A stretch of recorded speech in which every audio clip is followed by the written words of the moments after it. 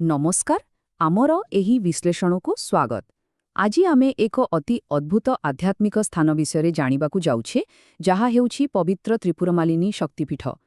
ଏହି ଆଲୋଚନା ମାଧ୍ୟମରେ ଆମେ ଏହାର ପୌରାଣିକ କାହାଣୀ, ସୁନ୍ଦର ସ୍ଥାପତ୍ୟ ଆଉ ସବୁଠାରୁ ବଡ଼ କଥା, ଏହାର ଗଭୀର ଆଧ୍ୟାତ୍ମିକ ମହତ୍ତ୍ୱକୁ ଟିକେ ପାଖରୁ ବୁଝିବାକୁ ଚେଷ୍ଟା କରିବା।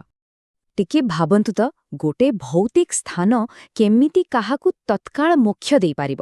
ସାଧାରଣତଃ ଆମେ ଜାଣିଛେ ଯେ ମୋକ୍ଷ ପ୍ରାପ୍ତି ପାଇଁ ସାରା ଜୀବନର କଠୋର ସାଧନା ଦରକାର ହୁଏ, କିନ୍ତୁ ଏହି ନିର୍ଦ୍ଦିଷ୍ଟ ପୀଠରେ ଏମିତି କି ଅଦୃଶ୍ୟ ଶକ୍ତି ଅଛି ଯାହା ଏହାକୁ ସମ୍ଭବ କରିଥାଏ?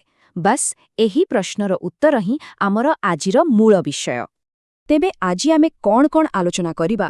ପ୍ରଥମେ ଆମେ ଏହି ପୀଠର ଉତ୍ପତ୍ତି ବିଷୟରେ ଜାଣିବା, ତାପରେ ପବିତ୍ର ସରୋବରର ସ୍ଥାପତ୍ୟ, ଗର୍ଭଗୃହର ଦୃଶ୍ୟ, ତତ୍କାଳ ମୋକ୍ଷର ପ୍ରତିଶ୍ରୁତି, ଏଠାକାର ପର୍ବପର୍ବାଣୀ ଓ ପରମ୍ପରା, ଏବଂ ଶେଷରେ ସେଠାରେ କେମିତି ପହଞ୍ଚିବେ ସେ ବିଷୟରେ କଥା ହେବା। ଆସନ୍ତୁ ଆରମ୍ଭ କରିବା ଆମର ପ୍ରଥମ ବିଷୟରୁ, ତ୍ରିପୁରମାଲିନୀ ପୀଠର ଉତ୍ପତ୍ତି ଏବଂ ଏହା ପଛରେ ଥିବା ପୌରାଣିକ କଥା। ଆପଣ ଜାଣି ଆଶ୍ଚର୍ଯ୍ୟ ହେବେ ଯେ ବିଭିନ୍ନ ଯୁଗର ଘଟଣା କିପରି ଏଠାରେ ଏକାଠି ଯୋଡ଼ି ହୋଇଛି। ପୌରାଣିକ ଯୁଗରେ ଏଠାରେ ମାତା ସତୀଙ୍କ ବାମସ୍ତନ ପଡ଼ିଥିଲା, ସେଇଥିପାଇଁ ଏହାକୁ ସ୍ତନପୀଠ ବୋଲି ମଧ୍ୟ କୁହାଯାଏ। ତାପରେ ପ୍ରାଚୀନ ଯୁଗକୁ ଆସିଲେ ଭଗବାନ ଶିବ ଏଠାରେ ଜଳନ୍ଧର ନାମକ ଏକ ଅସୁରକୁ ବଧ କରିଥିଲେ। ଆଉ ଜାଣିଛନ୍ତି, ସେହି ଅସୁରର ନାମ ଅନୁସାରେ ହିଁ ଆଜି ପଞ୍ଜାବର ଏହି ସହରର ନାମ ଜଳନ୍ଧର ରଖାଯାଇଛି।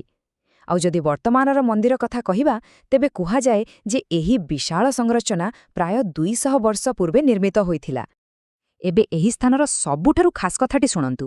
ଆମ ସାରା ଭାରତରେ ଥିବା 51ଟି ଶକ୍ତିପୀଠ ମଧ୍ୟରୁ ଏହା ହେଉଛି 24ତମ ଶକ୍ତିପୀଠ।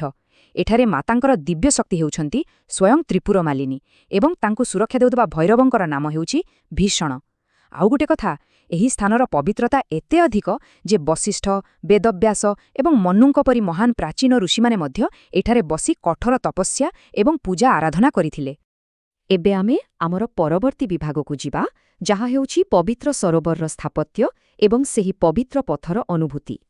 ଟିକେ କଳ୍ପନା କରନ୍ତୁ, ଏକ ଜଳାଶୟ ବା ଦେବୀ ତାଲାବର ଠିକ୍ ମଝିରେ ଏହି ମନ୍ଦିରଟି ରହିଛି।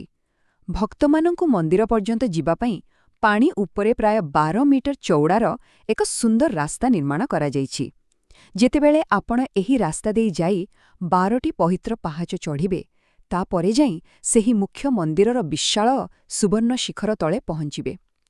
ଏହା ଏତେ ଶାନ୍ତିଦାୟକ ଯେ ଆପଣ ନିଜେ ସେଠି ନ ଗଲେ ବିଶ୍ୱାସ କରିପାରିବେ ନାହିଁ। ଆଉ ମନ୍ଦିର ଚାରିପଟର ପରିବେଶ ପୁରା ଆଧ୍ୟାତ୍ମିକତାରେ ଭରି ରହିଛି।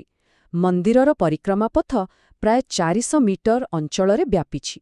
ସେଠାରେ ଆପଣ ଏକ ପବିତ୍ର ଓସ୍ତଗଛ ଦେଖିବାକୁ ପାଇବେ ଏବଂ ମାତାଙ୍କର ଏକ ସୁନ୍ଦର ଝୁଲା ମଧ୍ୟ ରହିଛି। ତା ସହିତ ସରୋବରର ଗୋଟିଏ କୂଳରେ ମାତା କାଳୀଙ୍କର ଏକ ପ୍ରାଚୀନ ମନ୍ଦିର ମଧ୍ୟ ଅଛି, ଯାହା ସେଠାକାର ପବିତ୍ରତାକୁ ଦ୍ୱିଗୁଣିତ କରିଦିଏ। ଆସନ୍ତୁ ଏଥର ଟିକେ ମନ୍ଦିର ଭିତରକୁ ଯିବା, ଗର୍ଭଗୃହର ଦୃଶ୍ୟ ଏବଂ ଦେବଦେବୀଙ୍କ ଦର୍ଶନ ବିଷୟରେ ଜାଣିବା।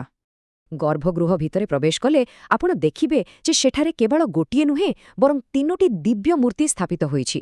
ମଝିରେ ଅଛନ୍ତି ଶକ୍ତିପୀଠର ମୁଖ୍ୟ ଦେବୀ ମାତା ତ୍ରିପୁରମାଲିନୀ, ଆଉ ତାଙ୍କ ସହିତ ଅଛନ୍ତି ଧନ ଆଉ ସମୃଦ୍ଧିର ଦେବୀ ମାତା ଲକ୍ଷ୍ମୀ ଏବଂ ଜ୍ଞାନର ଦେବୀ ମାତା ସରସ୍ୱତୀ। ଏହି 3 ମହାଶକ୍ତିଙ୍କର ଏକାଠି ଉପସ୍ଥିତି ଏହି ସ୍ଥାନକୁ କେତେ ଶକ୍ତିଶାଳୀ କରୁଥିବ ତାହା ବୋଧହୁଏ ମୋତେ କହିବାକୁ ପଡ଼ିବ ନାହିଁ। କିନ୍ତୁ ଏଠାରେ ଗୋଟିଏ ବହୁତ ରହସ୍ୟମୟ କଥା ଅଛି। ସ୍ତନପୀଠକୁ ଦର୍ଶାଉଥିବା ମୂଳ ମୂର୍ତ୍ତିଟିକୁ ଅତି ଶ୍ରଦ୍ଧାର ସହ ସବୁବେଳେ ଏକ ପବିତ୍ର ବସ୍ତ୍ରରେ ଘୋଡ଼ାଇ ରଖାଯାଏ, ମାନେ ଭକ୍ତମାନେ ସେହି ମୂଳ ରୂପକୁ ଦେଖିପାରିବେ ନାହିଁ। ତାହେଲେ ଆପଣ ଭାବୁଥିବେ, ସେଠାରେ ଆମେ କାହାକୁ ଦର୍ଶନ କରୁ? ପ୍ରକୃତରେ ପ୍ରାର୍ଥନା ପାଇଁ ଧାତୁରେ ତିଆରି ହୋଇଥିବା ମାତାଙ୍କର ଏକ ଅତି ସୁନ୍ଦର ମୁଖମଣ୍ଡଳ ସେଠାରେ ରଖାଯାଇଛି, ଯାହା ଭକ୍ତମାନଙ୍କୁ ପ୍ରତ୍ୟକ୍ଷ ଦର୍ଶନର ସୁଯୋଗ ଦିଏ। ଏହା କେବଳ ଦର୍ଶନ ନୁହେଁ, ମାତାଙ୍କ ସହ ଏକ ସିଧାସଳଖ ସମ୍ପର୍କ ଯୋଡ଼ିବାର ମାଧ୍ୟମ। ତେବେ ବର୍ତ୍ତମାନ ଆମେ ଆଲୋଚନାର ସବୁଠାରୁ ଗୁରୁତ୍ୱପୂର୍ଣ୍ଣ ବିଭାଗକୁ ଆସିଛେ, ତତ୍କାଳ ମୋକ୍ଷର ପ୍ରତିଶ୍ରୁତି ବା ପୁନର୍ଜନ୍ମ ଚକ୍ରରୁ ମୁକ୍ତି। ଏହି ବିଷୟରେ କଥା ହେବା ପୂର୍ବରୁ ଆସନ୍ତୁ ପ୍ରଥମେ ମୋକ୍ଷ କ'ଣ ତାହା ଟିକେ ସରଳ ଭାବରେ ବୁଝିନେବା। ହିନ୍ଦୁ ଧର୍ମରେ ମୋକ୍ଷ ହେଉଛି ଆମ ଜୀବନର ସର୍ବୋଚ୍ଚ ଆଧ୍ୟାତ୍ମିକ ଲକ୍ଷ୍ୟ, ଅର୍ଥାତ୍ ବାରମ୍ବାର ଜନ୍ମ ନେବା ଓ ମୃତ୍ୟୁବରଣ କରିବାରୁ ଏହି ଯନ୍ତ୍ରଣାଦାୟକ ଚକ୍ରରୁ ସବୁଦିନ ପାଇଁ ମୁକ୍ତି ପାଇଯିବା। ଆଉ ତ୍ରିପୁର ମାନିନୀ ପୀଠ ସହ ଏକ ଗଭୀର ବିଶ୍ୱାସ ରହିଛି ଯେ ଏହିଠାରେ ହିଁ ମଣିଷକୁ ସିଧାସଳଖ ଏବଂ ତତ୍କାଳ ମୋକ୍ଷ ମିଳିଥାଏ। ଆପଣ ଶୁଣିଲେ ଆଶ୍ଚର୍ଯ୍ୟ ହେବେ, ଏହି ସ୍ଥାନର ଶକ୍ତି ଏତେ ଅଧିକ ଯେ କୁହାଯାଏ ଏହି ପବିତ୍ର ଅଞ୍ଚଳରେ ଯଦି କୌଣସି ପଶୁ କିମ୍ବା ପକ୍ଷୀ ମଧ୍ୟ ପ୍ରାଣ ତ୍ୟାଗ କରନ୍ତି ତେବେ ସେମାନଙ୍କୁ ବି ତତ୍କାଳ ମୋକ୍ଷ ମିଳିଯାଏ। ସେମାନଙ୍କୁ ଆଉ ଏହି ଦୁନିଆରେ ପୁନର୍ଜନ୍ମ ନେବାକୁ ପଡ଼େ ନାହିଁ। ଭାବନ୍ତୁ ତ, ଏମିତି ଏକ ବିଶ୍ୱାସ କେତେ କମ୍ ଜାଗାରେ ଶୁଣିବାକୁ ମିଳେ। ସ୍ଥାନୀୟ ଲୋକଙ୍କର ବିଶ୍ୱାସ ଯେ ବ୍ରହ୍ମାଣ୍ଡର ସମସ୍ତ ଦେବଦେବୀ ଏବଂ ପୃଥିବୀର ସମସ୍ତ ତୀର୍ଥସ୍ଥାନ ଅଦୃଶ୍ୟ ରୂପରେ ଏହି ଗୋଟିଏ ସ୍ଥାନ ମଧ୍ୟରେ ବିରାଜମାନ କରୁଛନ୍ତି। ମାନେ ଏହି ଗୋଟିଏ ଜାଗାରେ ଦର୍ଶନ କରିବା ଯାହା ସବୁ ତୀର୍ଥସ୍ଥାନ ବୁଲିବା ପ୍ରାୟ ସମାନ। ଏହା ହିଁ ଏହି ଶକ୍ତିପୀଠର ପ୍ରକୃତ ମହିମା। ଏବେ ଆସନ୍ତୁ ଜାଣିବା ଏହି ମନ୍ଦିରର ଜୀବନ୍ତ ପର୍ବପର୍ବାଣୀ ଓ ପରମ୍ପରା ବିଷୟରେ।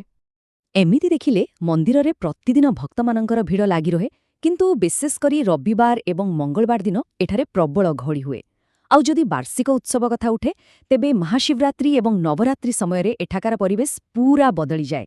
ବିଶେଷ କରି ଚୈତ୍ର ନବରାତ୍ରିର ପଞ୍ଚମୀ ଦିନ ଏଠାରେ ଏକ ଅତି ବିଶାଳ ମେଳା ଅନୁଷ୍ଠିତ ହୁଏ, ଯେଉଁଠି ହଜାର ହଜାର ଭକ୍ତ ଆସି ଏକାଠି ହୁଅନ୍ତି। ଏହାଛଡ଼ା ପ୍ରତିବର୍ଷ ଡିସେମ୍ବର ମାସରେ ମନ୍ଦିରରେ ଗୋଟେ ବହୁତ ସୁନ୍ଦର କାର୍ଯ୍ୟକ୍ରମ ହୁଏ, ଯାହାକୁ ହରିବଲ୍ଲଭ ସଙ୍ଗୀତ ସମ୍ମେଳନ କୁହାଯାଏ। ଏଥିରେ ଛୋଟ ଛୋଟ ପିଲାମାନେ ଏକାଠି ହୋଇ ସୁନ୍ଦର ସୁନ୍ଦର ଭଜନ ଗାଆନ୍ତି ଏବଂ ମାତାଙ୍କର ଏକ ଭବ୍ୟ ଦିବ୍ୟ ଶୋଭାଯାତ୍ରା ମଧ୍ୟ ବାହାର କରାଯାଏ। ଏହା କେବଳ ଗୋଟେ ପୂଜା ନୁହେଁ, ଏହା ହେଉଛି ସମାଜର ଲୋକମାନଙ୍କୁ ଭକ୍ତି ମାଧ୍ୟମରେ ଏକାଠି ବାନ୍ଧି ରଖିବାର ଏକ ସୁନ୍ଦର ଉପାୟ। ଏତେ ସବୁ ଶୁଣିବା ପରେ ନିଶ୍ଚୟ ଆପଣଙ୍କ ମନରେ ସେଠାକୁ ଯିବାର ଇଚ୍ଛା ଜାଗ୍ରତ ହେଉଥିବା। ତେବେ ଚାଲନ୍ତୁ ଜାଣିବା ଏହି ପବିତ୍ର ଗନ୍ତବ୍ୟସ୍ଥଳରେ କେମିତି ପହଞ୍ଚିବେ। ଏଠାକୁ ଯିବା ବହୁତ ସହଜ। ଆପଣ ବର୍ଷର ଯେକୌଣସି ସମୟରେ ଯାଇପାରିବେ, କିନ୍ତୁ ସେପ୍ଟେମ୍ବରରୁ ଡିସେମ୍ବର ମାସ ସବୁଠାରୁ ଭଲ ସମୟ। ମନ୍ଦିର ଦର୍ଶନ ସମୟ ହେଉଛି ସକାଳ 7ଟାରୁ ସନ୍ଧ୍ୟା 7ଟା। ଯଦି ଆପଣ ଟ୍ରେନ୍ରେ ଯାଉଛନ୍ତି ତେବେ ଜଲନ୍ଧର କ୍ୟାଣ୍ଟ ଷ୍ଟେସନ ମାତ୍ର 1 କିଲୋମିଟର ଏବଂ ମୁଖ୍ୟ ଜଲନ୍ଧର ଷ୍ଟେସନ ପ୍ରାୟ 4 କିଲୋମିଟର ଦୂରରେ ଅଛି। ଫ୍ଲାଇଟ୍ରେ ଗଲେ ଅମୃତସର ବିମାନବନ୍ଦର ଏଠାରୁ 26 କିଲୋମିଟର ଦୂର। ଆଉ ରାସ୍ତା ବି ଏତେ ଭଲ ଯେ ବସ୍ ବା ନିଜ ଗାଡ଼ିରେ ଯିବା ଆସିବା କରିବାରେ କିଛି ବି ଅସୁବିଧା ହେବ ନାହିଁ। କେବଳ ତ୍ରିପୁରାମାଲିନୀ ପୀଠ ନୁହେଁ, ପାଖାପାଖି ବୁଲିବା ପାଇଁ ମଧ୍ୟ ବହୁତ କିଛି ଅଛି। ମନ୍ଦିର ପରିସରରେ ହିଁ ଆପଣ ଅମରନାଥ ଗୁମ୍ଫା ଏବଂ ବୈଷ୍ଣୋଦେବୀ ଗୁମ୍ଫାର ପ୍ରତିରୂପ ଦେଖିପାରିବେ। ପାଖରେ ଶ୍ରୀରାମ ମନ୍ଦିର ଆଉ ହନୁମାନ ମନ୍ଦିର ମଧ୍ୟ ଅଛି। ଯଦି ଇତିହାସ ପ୍ରତି ରୁଚି ଅଛି ତେବେ ଜଗଜିତ ପ୍ୟାଲେସ୍ ଏବଂ ଅକ୍ଷରଧାମ ମନ୍ଦିର ବୁଲି ଆସିବେ। ଆଉ ହଁ, ପରିବାର ସହ କିଛି ଖୁସିର ସମୟ କାଟିବାକୁ ଚାହୁଁଥିଲେ 15 କିଲୋମିଟର ଦୂରରେ ରଙ୍ଗାଲା ପଞ୍ଜାବ ହଦେଳି ଏବଂ ୱଣ୍ଡରଲ୍ୟାଣ୍ଡ ଥିମ୍ ପାର୍କ ବି ଅଛି। 200 ବର୍ଷ। ହଁ, ଆଜିର ଏହି ଯେଉଁ ସୁନ୍ଦର ମନ୍ଦିରଟି ଆପଣ ଜଳାଶୟ ମଝିରେ ଦେଖୁଛନ୍ତି ତାହା ପ୍ରାୟ 200 ବର୍ଷ ତଳେ ତିଆରି ହୋଇଥିଲା। କିନ୍ତୁ ମନେ ରଖନ୍ତୁ, ଏହାର ମୂଳ ଇତିହାସ କେବଳ 200 ବର୍ଷର ନୁହେଁ, ବରଂ ହଜାର ହଜାର ବର୍ଷ ତଳର ପୌରାଣିକ କାଳ ସହିତ ଯୋଡ଼ି ହୋଇ ରହିଛି। ତେବେ ଯିବା ପୂର୍ବରୁ ଗୋଟିଏ କଥା ନିଶ୍ଚୟ ଚିନ୍ତା କରିବେ। ଆଜିର ଏହି ବ୍ୟସ୍ତବହୁଳ ଆଧୁନିକ ଯୁଗରେ ଯେଉଁଠି ସବୁକିଛି ଏତେ ଜଲ୍ଦି ବଦଳି ଯାଉଛି, ସେଠାରେ ଗୋଟିଏ ଶାନ୍ତ ସରୋବର ମଝିରେ ଥିବା ଏହି ପୁରାତନ ମନ୍ଦିରଟି କେମିତି ଶତାବ୍ଦୀ ଶତାବ୍ଦୀ ଧରି ତତ୍କାଳ ମୋକ୍ଷର ଏହି ଗଭୀର ବିଶ୍ୱାସକୁ ବଞ୍ଚାଇ ରଖିଛି। ଏହି ଅଦୃଶ୍ୟ ଆଧ୍ୟାତ୍ମିକ ଶକ୍ତି ହିଁ ତ୍ରିପୁରାମାଲିନୀ ଶକ୍ତିପୀଠର ସବୁଠାରୁ ବଡ଼ ରହସ୍ୟ, ନୁହେଁ କି? ଆମର ଆଶା ଆଜିର ଏହି ଆଲୋଚନା ଆପଣଙ୍କୁ ଏକ ନୂଆ ଦୃଷ୍ଟିକୋଣ ଦେଇଥିବ। ସମୟ ଦେଇଥିବାରୁ ଅନେକ ଅନେକ ଧନ୍ୟବାଦ।